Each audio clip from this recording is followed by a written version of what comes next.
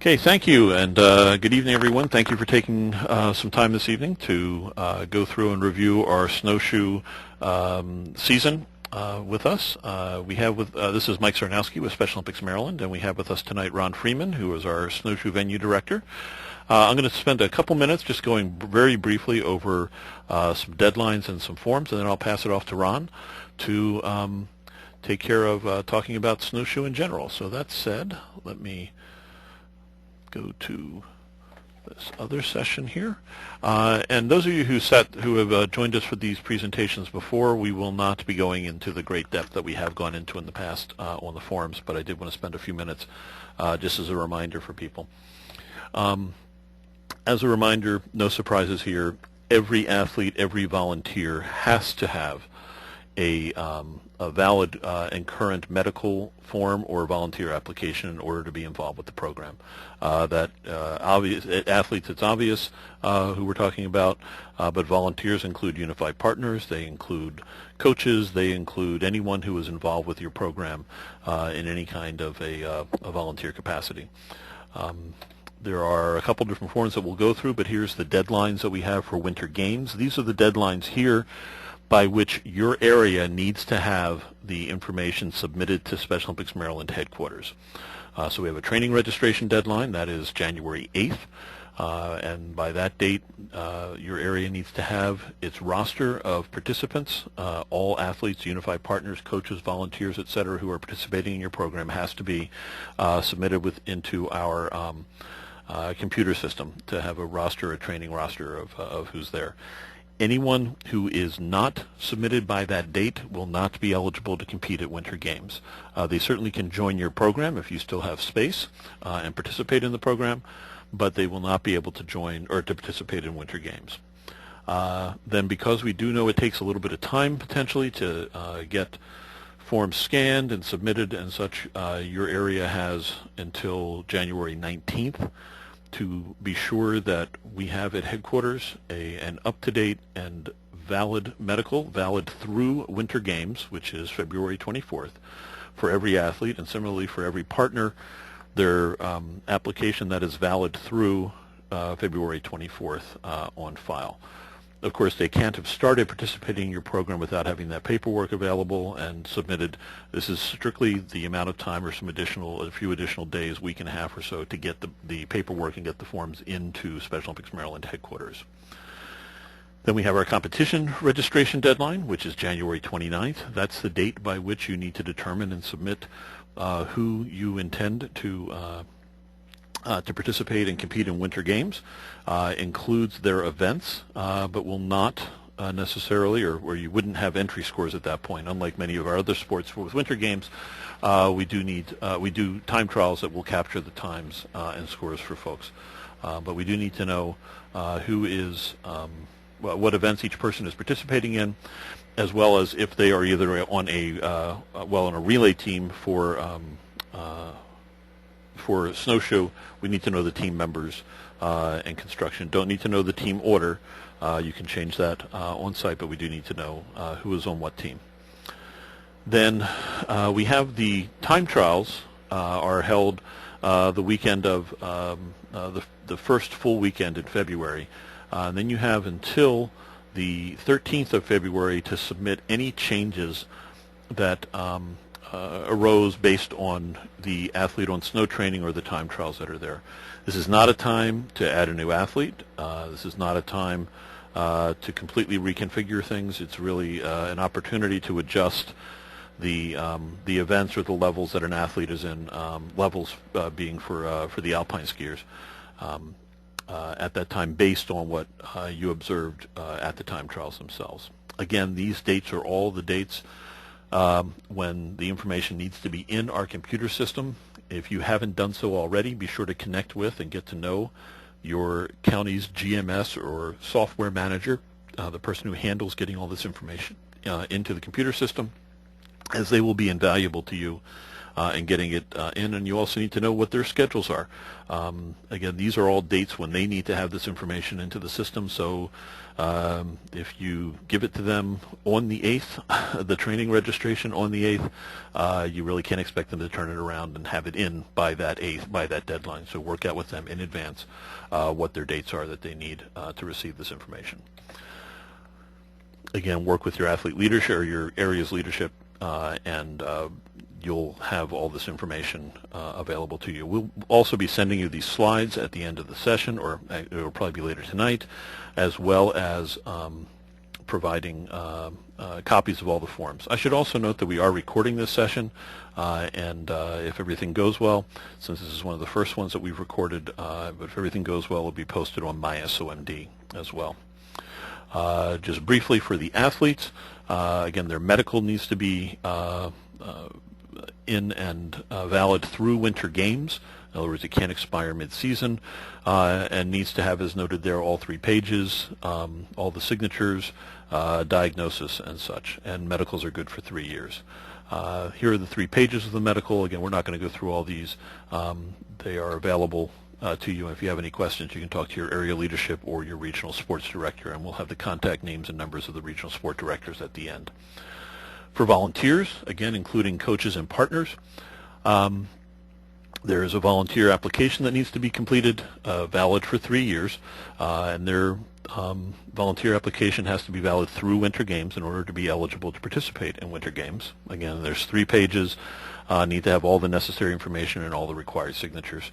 If the individual, if the volunteer is a minor, there is also a what's called a volunteer minor reference form that requires live signatures from 2 people to whom they're not related, so it's not something that the volunteer can fill out just standing there, as is the case for adult volunteers. So this is something where they'll need to take that back and get it completed.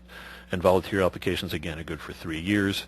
The only exception to that are volunteers who are minors when they start, and their application is valid through their up to their 18th birthday, at which point they'll need to have a new application completed. Again, the volunteer application you see here, 3 pages. Again, all signatures are needed. Do need to have the 5 questions here on criminal history checked off, either yes or no, and indicating yes to any of those questions does not necessarily eliminate you from the possibility of volunteering with Special Olympics. It does mean that there will be some follow-up inquiries, though. And then the 3rd page. I mentioned for our student minors, there is this additional student minor reference, which again requires live signatures, one here and then here for the 2nd reference. And then the last form that's relevant to our snowshoe coaches is the incident or accident report form. You use this for any kind of a accident that occurs, or either an injury to an individual, an athlete, a partner, a volunteer, a coach, or also if there's any damage to a facility, to equipment, or to a building that may result in any kind of an insurance claim. It's fairly straightforward. Again, do please take the time to complete it. It's noted down at the bottom to send a copy to, or send a completed form to the Senior Director of Operations at Special Olympics Maryland headquarters. Please also, as is noted there, be sure to send a copy directly to your area director so that that individual has that information. Then again, for additional information, and this is for really anything that's related to the Special Olympics Maryland sports program, whether winter games, the winter sports training, or any other sports-related issue, you have a regional sport director for your territory or for your part of the state. In southern and eastern Maryland, it's Nick Anderson. You have his email there. He covers Anne Arundel, Calvert, Cecil, Charles, Harford, and St. Mary's counties, as well as the entire eastern shore, lower shore, and upper shore. In central Maryland, we have Melissa Anger. She has central and western Maryland, I'm sorry. She handles Allegheny, Carroll, Garrett, Frederick, Howard, Montgomery, Prince George's, and Washington counties. And then in the Baltimore area, Sam Hodap handles Baltimore City and Baltimore County. So that said, I'm going to go ahead and I'm going to pass control to Ron. And Ron, share my screen. There we go. You see my screen, okay. Set up slideshow. Oops, I don't want to do that. I'm beginning. There we go. Welcome, everybody. As Mike said, I'm Ron Freeman, Snowshoe Venue Director. This will be my second year at Snowshoe as Venue Director, and I believe my sixth year helping with Winter Games. So for those of you who will be there for the first time, can't wait to see you. Hopefully we'll see you this Saturday at the coaches classroom training. And for those of you returning, I'm sure we'll have a great event. There are no major changes for 2015. Last year we added a new event, a 4x200 relay. We have another new event that we'll talk about in a little bit that we're adding this year. But basically, we're hoping that this year's Winter Games run very, very similarly to the last couple of years. We will not get into a whole lot of detail tonight because this is a preseason webinar, and some more of the details we'll be getting to in a month or two when we get for the Head of Delegations webinar and for the pre-competition webinar. So here you see the agenda. We'll go over a few things, the events, the rules, and some key dates. We'll have time for questions, and we'll let everybody be on their way. Once again, Snowshoe Winter Games will be at Ski Whitetail. Here are the key dates. Time trials, mandatory time trials on Sunday, February the 8th. We generally go from 10 in the morning to about 2 in the afternoon. We'll see in a little bit what events will qualify each of your athletes for the different events at Winter Games. The games themselves will be on Monday and Tuesday, February 23rd and 24th.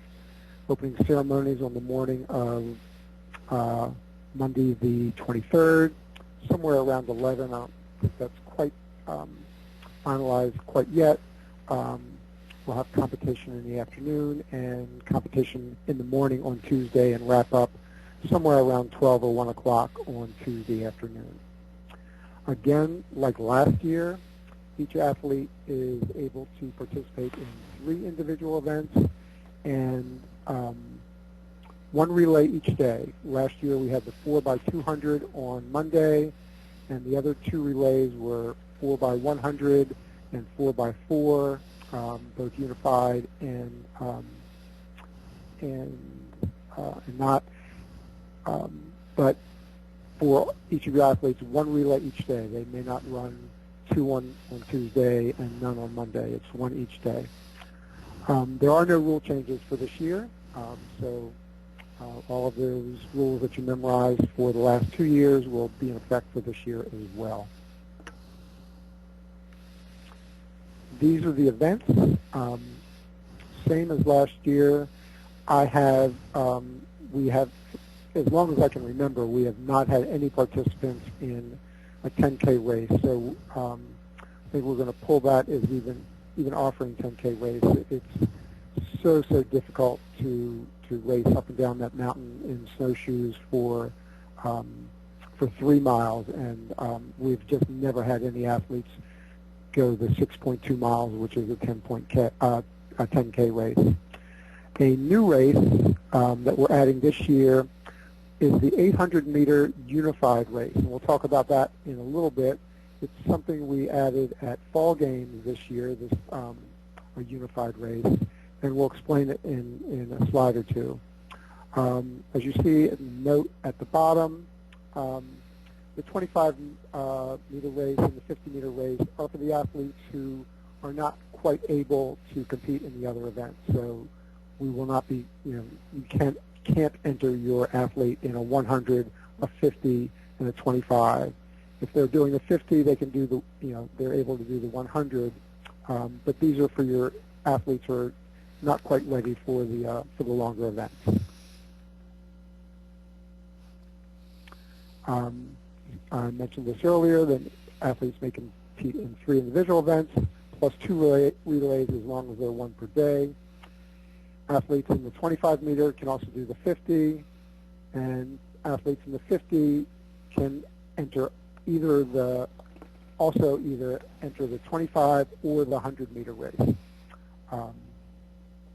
And if the athlete wants to do, if an athlete in the 50-meter race would like to do a relay, he or she also has to be able to do a 100-meter race. So you just need to, keep an eye out for when these events are scheduled, so that you're giving your athlete enough time to recover, because we have a sort of condensed time frame between Monday afternoon and Tuesday morning. Like I said, the relays are open to athletes who are able to run at least the 100s. The third bullet, 800-meter unified race. We're offering this year to see how it goes. We did this, like I said, at fall games. And here are the rules. Athletes and partners need to run as a tandem pair and need to finish within 5 seconds of each other, and we'll use the combined time of both the athlete and the partner as the official time. And the last rule is sort of self-explanatory: no touching, no pulling, no carrying, or anything that seems to be unsafe. When we did this at fall games for the athletes, it seemed like a lot of fun, and I thought it would be something good to add for this year. We'll see how it goes, and we'll run this, along with all the other 800-meter races as a new division. Yeah, Ron, just speaking from experience for the coaches who are listening in, one of the reasons we found that to be such a success and so positive is for those athletes who maybe have the physical ability to run 800 meters or run in snowshoes 800 meters, but maybe have difficulty staying focused and staying motivated during that course, having a unified partner running with them really can make the difference in them being successful. Okay, that's right. Thank you, Mike. The rule highlights, I'm not going to go over each one of these. They're sort of self-explanatory. Okay. General rules. Any race longer than 100 meters, there'll be a mass start. We will have lanes for 25, 50, and 100 meter. For longer than 100 meter race, the athletes will merge after around 50 meters. There's your 2-command start for racers ready and a go. Like all track type events, you need to be behind the start line. That includes the tips of the snowshoes must be behind the starting line. If you've been to Snowshoe at Whitetail in the last couple of years, you've noticed we have a couple of dog legs on the course, and we will account for turns and curves with a waterfall start for the longer distances. Again, 2 false starts is a DQ, and the false start, if the athlete starts before the gun or significantly moves his or her body before coming to a complete still motion after the races are ready and before the go. Only officials and athletes on the course. We will try to monitor this very closely, and I think we mentioned this in another slide or two. There's no pacing on the course, so whether it's a coach, whether it's a parent, whether it's a family friend, we're going to adhere to that fairly closely. The 2-minute rule. Each athlete must progress at least 20 meters for every 2 minutes in any race longer than 100 meters.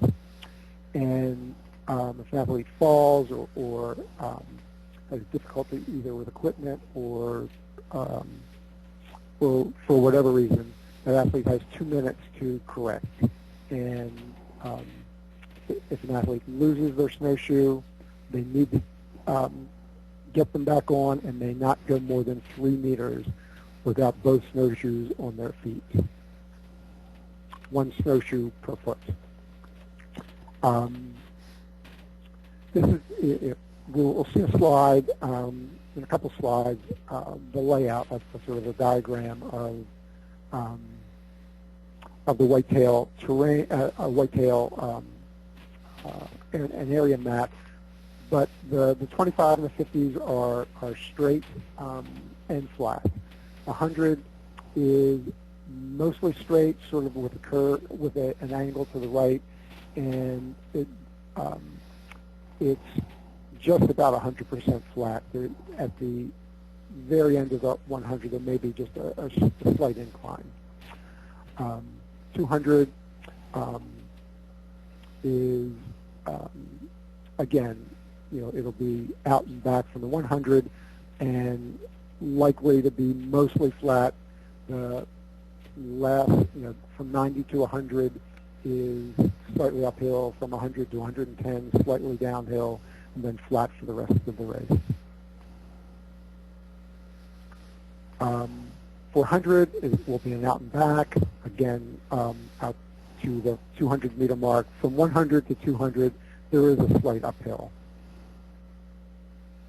The 800 will be twice around the 400-meter course, so that's 2 laps, obviously. 1600 and the 5K, we will be extending the course, and we'll see this when we see a map of the layout, out up to the right as the athlete is going, and that will entail some more hills. So your stronger athletes will need to work a little harder for the longer races. And the picture of the snowshoe venue. This is the same as it's been for the last several years. I will note, as we note every year, off on the left where we see snowshoe parking, we will not be able to allow visitors, family, teams to park in the mountain operations area. We just need to keep that clear for the mountain operations folks. There will be shuttle buses to be able to drop off your athletes and drop off equipment, but we will be having those parking regulations again this year as we have in the last 2 years. Again, the awards will be over in this area here like they have, and I think we've also talked about possibly having a family area, family tent. Mike, is that right? Yeah, yes, a family hospitality area. We're looking at a walled and heated tent over by the awards area so that families can make use of that hospitality space just as the Alpine families are able to do inside the lodge. That will be a welcome addition to our area.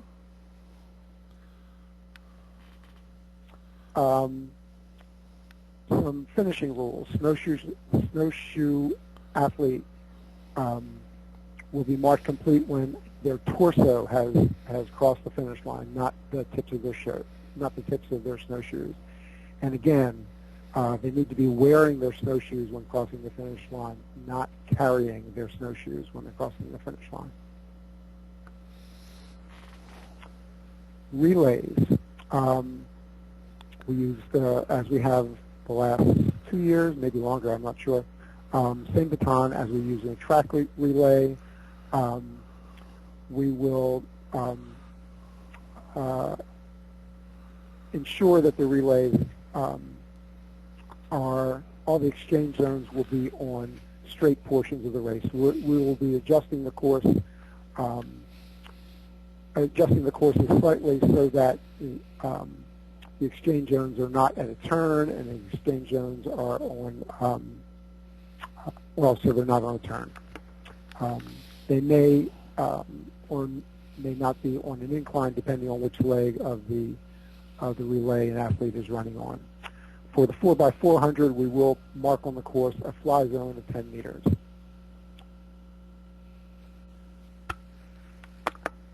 The rules for relay exchanges, they're pretty much, or not pretty much, I guess, virtually identical to those for track relays. We'll have an exchange zone of 20 meters, and what we instruct our officials to do is when we are staging the relays and when we're talking to the athletes, we will place the athlete in the center of the exchange zone. If you would like to coach your athlete to be at the front of the exchange zone or be at the back, or if there's a reason you want to sort of minimize the distance that one person runs over the other, you can sort of vary that within the 20 meters of the exchange zone. But the baton needs to be in the hand of the receiving athlete within the exchange zone. Okay. Relay for competitors, no more, no less. Each competitor must complete 1/4 of the distance. No competitor can do 2 legs of the same relay. Unified relay teams, 2 special athletes, and 2 unified partners. You can mix and match in any order for the legs of the relay. You can run your unified partners, first and second, and your Special Olympics athletes third and fourth, or however you want to do it. You probably, for the races, you might want to see, look at the terrain and see who's most able to complete a particular distance. Some legs will have inclines, whereas other legs may not. I'm not going to go into a whole lot of detail on how we do relays. We'll talk about this at the Coaches on Snow in January, but this will be exactly the way we have done the relays in the past. We do this so that we don't have exchanges on a curve.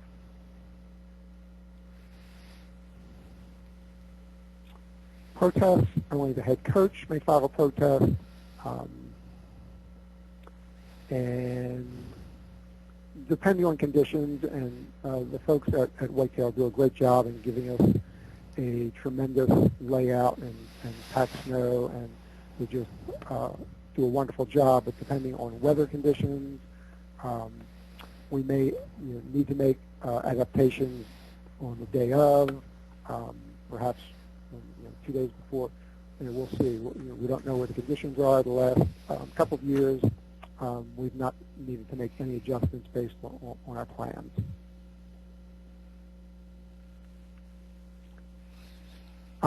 Here you'll see the highlights for the rules for DQs. We talked about DQs on a start. Here are the racing DQs.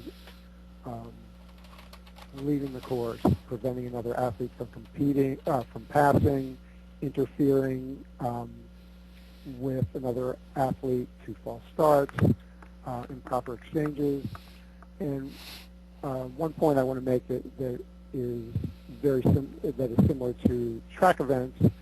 For the shorter races where we have lanes, an athlete leaving a lane is not necessarily a disqualification, but if he or she impedes another athlete and causes that athlete to go slower or to make any type of adjustment in their race, that will be some key dates. On snow training, Saturday, January 10th, at Ski Whitetail. What we'll do that day, similar to what we did last year, we'll go over some exercises, some training tips, we'll explain a little bit more about how the relays will be set up, and anything that we can think of to help you make your training for your athletes more fun and more meaningful. The time trial weekend is Saturday and Sunday, February 7th and 8th. The Saturday is for your benefit. It's to bring your athletes out to practice, to be on the snow. We'll have stopwatches there. We can set up some practice races. We did this last year between your athletes and athletes from other teams. So practice on different events. We'll have markers at all the different relevant spots on on the course. So please take advantage of getting your athletes on the snow on Saturday. But Sunday, the 8th, excuse me, are the time trials, and these are mandatory. Excuse me again. For your athletes to compete in winter games, they need to be at time trials so we can get a time to seed them and division them for winter games.